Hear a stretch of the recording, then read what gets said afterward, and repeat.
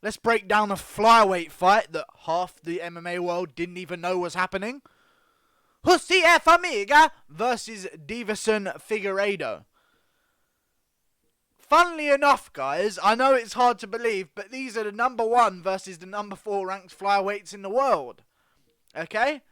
And it snuck up on me. I didn't know this fight was happening, but it's a big fight for the flyweights. But at the moment in the flyweight division, what does big fights even mean? You know? What the fuck do big fights even mean? Is the division even existing right now? I have no idea. As far as I'm concerned, they've just let a couple of midgets fight each other. Anyway, Jussier Formiga fights Deiveson Figueiredo. I know Deiveson Figueiredo has come up a bit under the radar, but he's a savage, guys. He's a savage. You're talking knocking guys out at flyweight consistently. It's a tough thing to do. And when you're 15 wins, 8 KO TKOs at flyweight, you give yourself some respect, especially when you think Henry Cejudo only has 2 UFC finishes. You know? So 8 TKOs and KOs, very impressive, and he's coming off 2 TKO wins in a row. One of them against John Moraga, which is a big win for him. I think John Moraga got let go by the UFC after he lost to Deiveson Figueiredo. Vicious knockout. He's a little savage little mouse. I mean, he is a savage. He swings those hands like a fucking maniac. And Jussier Formiga has been number 1 contender for a while now. He's beat the who's who. And when I say who's who, I mean he's beat Sergio Pettis, who was the number 1 contender. And that's about it.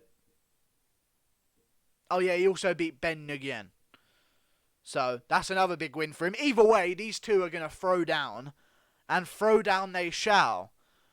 Jussier Formiga is no knockouts TKO, so you're not going to expect to finish on the feet. He's all submissions and decisions, and he last came off a win over Sergio Pettis, where he basically was a human backpack. He was a human backpack for Sergio Pettis for the whole of the 3 rounds. You could see it on Sergio Pettis' face. He didn't want anything to do with the jiu-jitsu or the wrestling. Jussier Formiga just basically was on his back like a backpack for the entire fight. Sergio Pettis was sighing. Fuck, I'm going up in weight. Fuck this guy. Basically what he was saying. And that's what happened. Jussier Formiga completely dominated Sergio Pettis, who, by the way, was the former number 1 contender after a win over Joseph Benavidez. Very interesting. Very interesting indeed. What the fuck what are the stakes in this fight? No one... It's on a main card. It's not a co-main event or a main event. This is why the flyweight division, I feel like inevitably over time, is just going to get cut. Because what does this fight mean? First of all, I'm going with Figueiredo. And here's an interesting fact about him. He's undefeated. 15-0 coming up. That sells. Okay? If Henry Cejudo doesn't...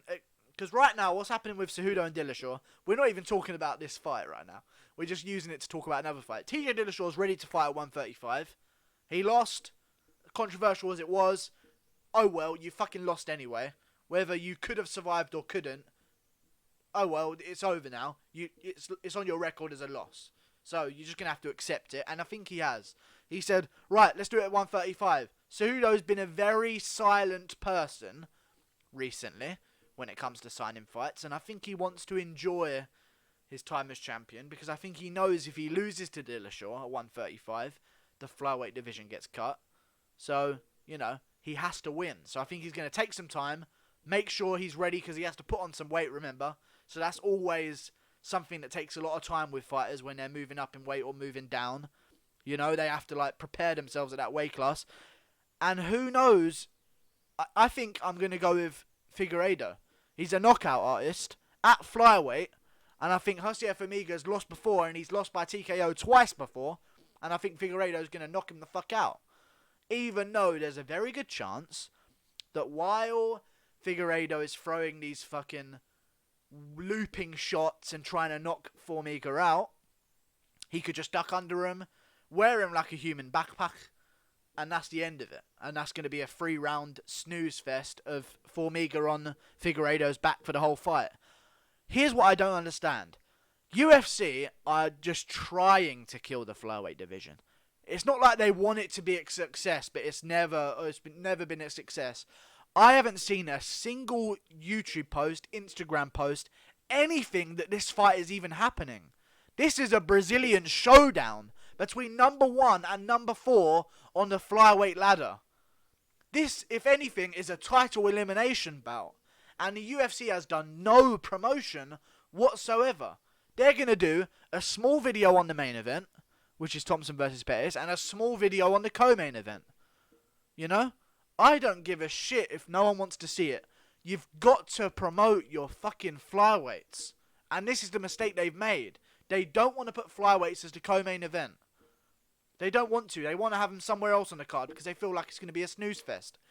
Deiveson Figueiredo, if you haven't been paying attention, has come off 2 fucking vicious knockouts in a row. Open your fucking eyes, you bald cunt, Dana White, and put these guys on a card position that they deserve, which is a co-main event or a main event. Let's not go too far with the main event. Co-main event, and let's give these guys some fucking showcase time. You know? Tell the story. Advertise to the Brazilians. The Brazilians need a champion right now. They used to have loads, and now they have none. Okay? Let's let that sink in for a second. Think about it. They used to have Jose Aldo at featherweight, Renan Barão at bantamweight. They don't have either of those anymore. USADA. Welterweight, they used to have no Brazilian, so I don't know why I even mentioned it. Middleweight, Anderson Silva for the longest time. For the longest time, it was Anderson Silva. And even still at middleweight, they had a lot of contenders. Lyoto Machida, Vitor Belfort was another contender at middleweight. A lot of guys. Jacare Souza still in the mix, facing Yoel Romero soon. Middleweight, I've just said. Light heavyweight, they had Lyoto Machida, they had Shogun Rua. Now they have no champions. They could have one soon. You're going to miss out on a Brazilian market because you're not going to advertise for a Brazilian champion. You fools! You fools. I know you want to get rid of the flyweight division, but let's give it a chance while it's still here. You know what I'm saying? If I don't see any YouTube video of like a fight camp or at least a little 37 promotion clip of these two going at it, I don't know anymore. They've clearly given up on the flyweights, and it's bad for these two because Jussier da Silva has earned his title shot already with a win over Sergio Pettis, who was the number 1 contender, a dominant victory. He doesn't need to take this fight, but right now he's just taking the fight because he's not going to get a title fight ever, most likely, and he's just trying to get paid. He's got bills, and I'm assuming that the flyweights are getting paid fucking this. £2 to show, £1 extra to win. Know what I'm saying? Like, I don't understand. I just don't get it. But I'm going to go with Figueiredo. I'm going to go with the undefeated guy. He's probably going to be the underdog in this fight. Rightfully so. Rightfully so. But I think he's just going to land a fucking vicious shot in the first or second round and put Jussier Formiga's lights out and remain undefeated, 16-0.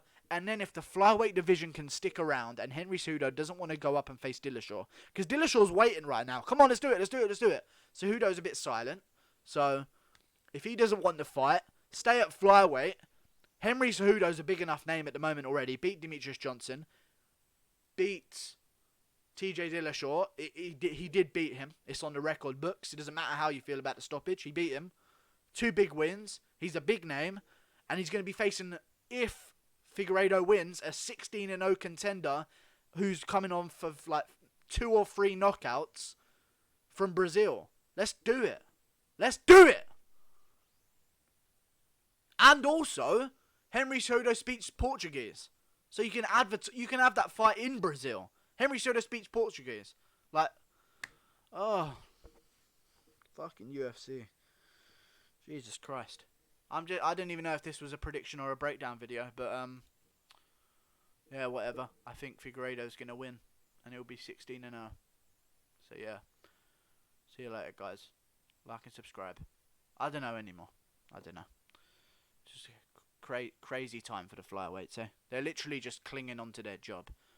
You know, they're just fighting as many times before Cejudo and Dillashaw get rematched together, because as soon as that happens, no matter what the result is, the flyweight division's done.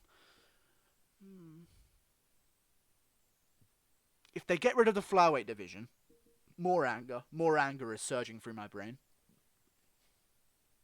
If they get rid of the flyweight division at least give us 165. If you get rid of that flyweight division and don't give us anything,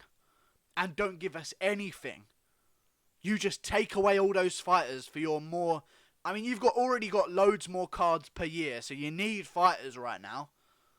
If you take away that flyweight division and we don't get a 165, 175 pound class change, no 170, 165, 175, then I'm probably gonna make a video on it for content, because I'm running out of videos right now. This isn't the most stacked of cards this weekend. But yeah, like and subscribe, and Darren Till move up in weight as well. There you go, got it in there. See ya. Bye. Subscribe.